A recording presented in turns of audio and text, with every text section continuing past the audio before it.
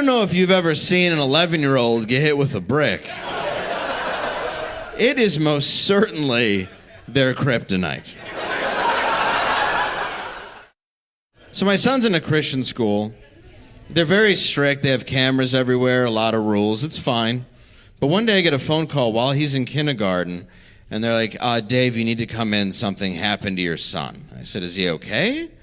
They go, yeah, he just got in a bit of trouble. I was like, oh, is he still 5 years old? They said, yeah. I said, oh, you can just go ahead and handle that in-house. And they said, no, it's pretty serious. And I said, it's not. Was he selling fentanyl on the playground again? Pimping out the bitches in his class?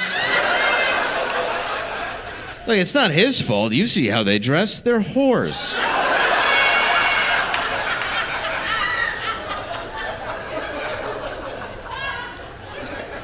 So I go in, and they have this like monitor set up, and they're showing me this video. It's my son. He's a kindergartner. He's reading a book that's like this thick in the library, like looking at pictures. And this kid who's in 5th grade walks up to him, knocks the book out of his hand, shoves my son. My son goes flying back, cracks his back on the corner of a wall. You can tell he's in a lot of pain.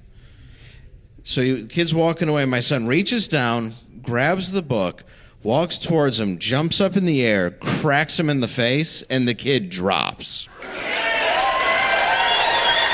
Right? They didn't clap, but my honest response was, oh, it was gangster. So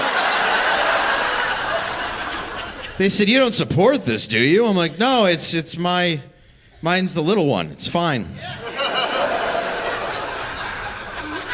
And they said, he's supposed to tell the teacher. I said, oh, he's not a narc. They said, no, we have a no bullying policy at this school. We need to know who the bullies are. And I said, it's the one on the ground. And they said, please talk to him. And I was like, all right. So now I'm driving him home, and I'm 40, but I'm not an adult. And I'm driving him, and he's in the back seat, and I'm thinking like what my dad would say. I'm like, all right, son. In life, people are going to pick on you. They're going to be mean to you and cruel to you and attack you and say things that are going to hurt you and physically hurt you, and you're going to want to get them back.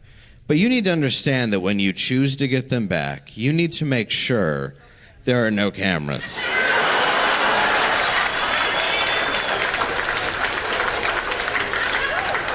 Exactly what a good parent would do, right?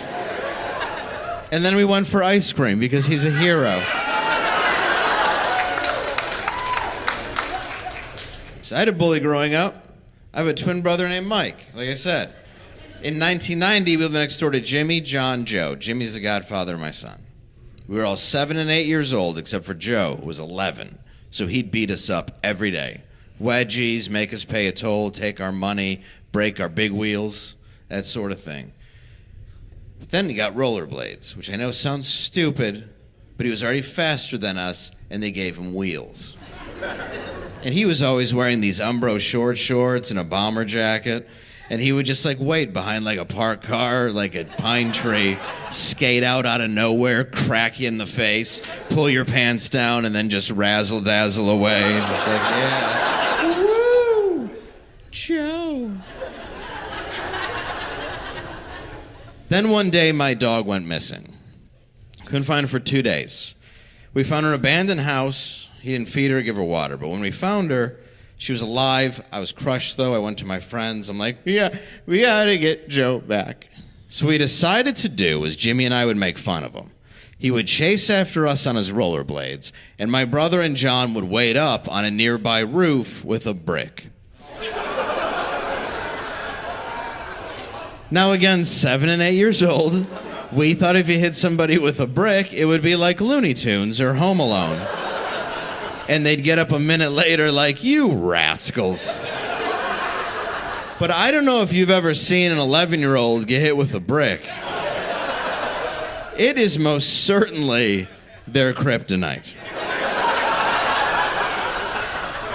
He just went from a full motion glide to the most unconscious I had ever seen a human being. And we're all standing over him, and John's like, "Did I get him?" We're like, "Oh yeah, you got him." And he didn't move for a while. So we're checking for signs of life, the way kids do, by accusing him of faking and kicking him as hard as we could. It's like, "Quit faking, Joe." "I don't think he's faking." "Why? That's a lot of blood." "Is he breathing?" "I don't know, man. He's face down." "Dude, if he's dead, we're in so much trouble." And then Jimmy, his own brother, and the youngest one out of all of us, goes, "I don't want to get in trouble. Let's bury him." Now, we didn't have the tools or the time or even the measurements to dig a grave, but this was the fall, and there were leaf piles everywhere. So we all just grabbed a limb, dragged him into a leaf pile, and covered him up with every leaf we could find. Like, "All right, guys, Transformers, robots in disguise. No one's gonna ask about this. Secrets are forever." And then we just kept playing like nothing happened. And we played for a while, like way too long for a kid to be bleeding. And a while later, his dad comes out to call everybody in for dinner. So, "You guys staying for dinner?" My brother and I are like, I doubt it. So, "Have you guys seen Joe? Joe! Joe! Joseph Francis! Where's Joe?" I'm like, "I've never even heard of Joe, sir."